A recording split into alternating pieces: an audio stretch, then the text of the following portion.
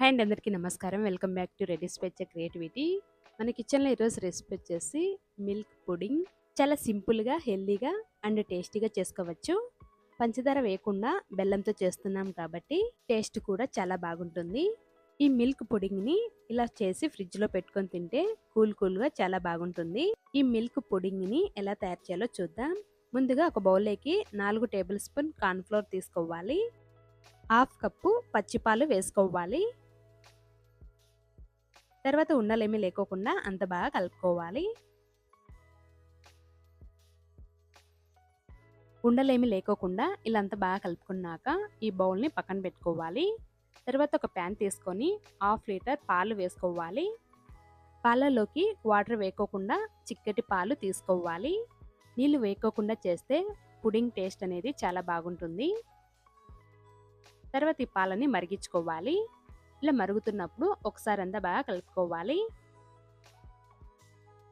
ఇలా పాలను బాగా మరిగించుకున్నాక 1/2 టేబుల్ స్పూన్ యాలకుల పొడి వేసుకొని అంత బాగా కలుపుకోవాలి. ఇలా అంతా బాగా కలుపుకున్నాక తర్వాత మనం ముందుగా కలిపెట్టుకున్న కార్న్ఫ్లోర్ మిక్స్ని ఒకసారి అంతా బాగా కలుపుకొని మరుగుతున్న పాలల్లోకి వేసుకోవాలి. తర్వాత అంతా బాగా కలుపుకోవాలి. కొంచెం చిక్కగా అయ్యేంత వరకు లో టు మీడియం ఫ్లేమ్ పెట్టుకొని ఎక్కడ కూడా ఉండలు లేకోకుండా అంత బాగా కలుపుకుంటూ ఉడికించాలి.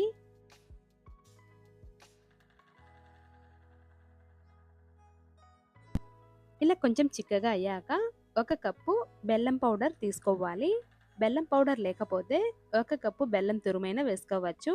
మీరు తినే స్వీటును బట్టి బెల్లం తురుము ఎక్కువైనా తక్కువైనా తీసుకోవచ్చు. మీరు కావాలంటే బెల్లం ప్లేస్లో పంచదారైనా వేసుకోవచ్చు. బట్ బెల్లం వేయడం వల్ల టేస్ట్ అనేది చాలా బాగుంటుంది. లో ఫ్లేమ్ పెట్టి 3 లేదా 4 నిమిషాలు అంత బాగా కలుపుతూ ఉడికించాలి.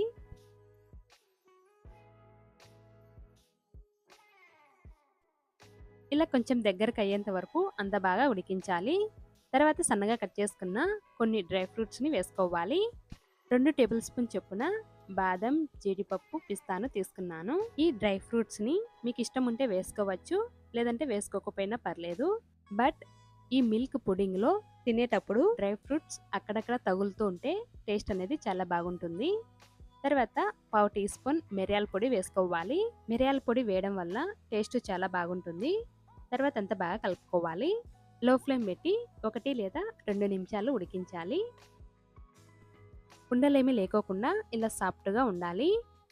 ఈ కన్సిస్టెన్సీలోకి రాగానే స్టవ్ ఆఫ్ చేయాలి. పూర్తిగా చల్లారేంత వరకు ఈ ప్యాన్ని పక్కన పెట్టుకోవాలి. చల్లారేటప్పుడు మధ్య మధ్యలో కలుపుకుంటూ అంత బాగా చల్లారి పెట్టుకోవాలి. ఇలా పూర్తిగా చల్లారిన తర్వాత కేక్ ట్రేలోకి తీసుకోవాలి. మీ దగ్గర కేక్ ట్రే లేకపోతే స్టీల్ బౌల్లోకైనా తీసుకోవచ్చు. ఇది పూర్తిగా చల్లారిన తర్వాత మరి కాస్త గట్టిపడుతుంది.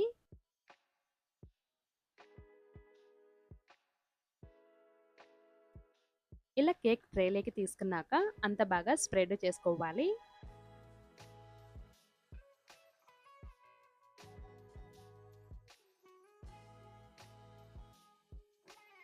ఇలా అంతా బాగా స్ప్రెడ్ చేసుకున్నాక ఈ కేక్ ట్రేని 2-3 సార్లు బాగా ట్యాప్ చేసుకోవాలి. ఇలా ట్యాప్ చేయడం వల్ల ఎయిర్ గ్యాప్స్ ఉంటే అవి రిమూవ్ అవుతాయి. తర్వాత గంట లేదా 2 గంటల పాటు ఫ్రిడ్జ్లో పెట్టుకోవాలి. 2 గంటల తర్వాత ఫ్రిడ్జ్లోంచి బయటికి తీసి ఈ మిల్క్ పుడింగ్ని డిమోల్డ్ చేసుకోవాలి. ఇలా కేక్ ట్రే పైన ఇలా ప్లేట్ కవర్ చేసి ఇలా ఉల్టాగా చేసి 2-3 సార్లు బాగా ట్యాప్ చేసి తీస్తే చాలా ఈజీగా వచ్చేస్తుంది. ఈ మిల్క్ పుడింగ్ పైన సన్నగా కట్ చేసుకున్న కొన్ని పిస్తా పీసెస్ వేసుకోవాలి. తర్వాత కొన్ని జీడిపప్పును వేసుకోవాలి. తర్వాత సన్నగా కట్ చేసుకున్న కొన్ని గుమ్మడి గింజలు వేసుకోవాలి. సన్నగా కట్ చేసుకున్న కొన్ని బాదం పీసెస్ వేసుకోవాలి. అంతే అండి, ఎంత టేస్టీగా ఉండే మిల్క్ పుడింగ్ రెడీ. చాలా ఈజీగా అండ్ టేస్టీగా మిల్క్ పుడింగ్ని తయారు చేసుకోవచ్చు. ఇలా చేసి పిల్లలకి పెట్టండి, చాలా బాగా ఎంజాయ్ చేస్తూ తింటారు. అంతే అండి, ఈ వీడియో మీకు నచ్చినట్లయితే లైక్ చేసి, షేర్ చేసి, సబ్స్క్రైబ్ చేసుకోండి. Thank you for watching.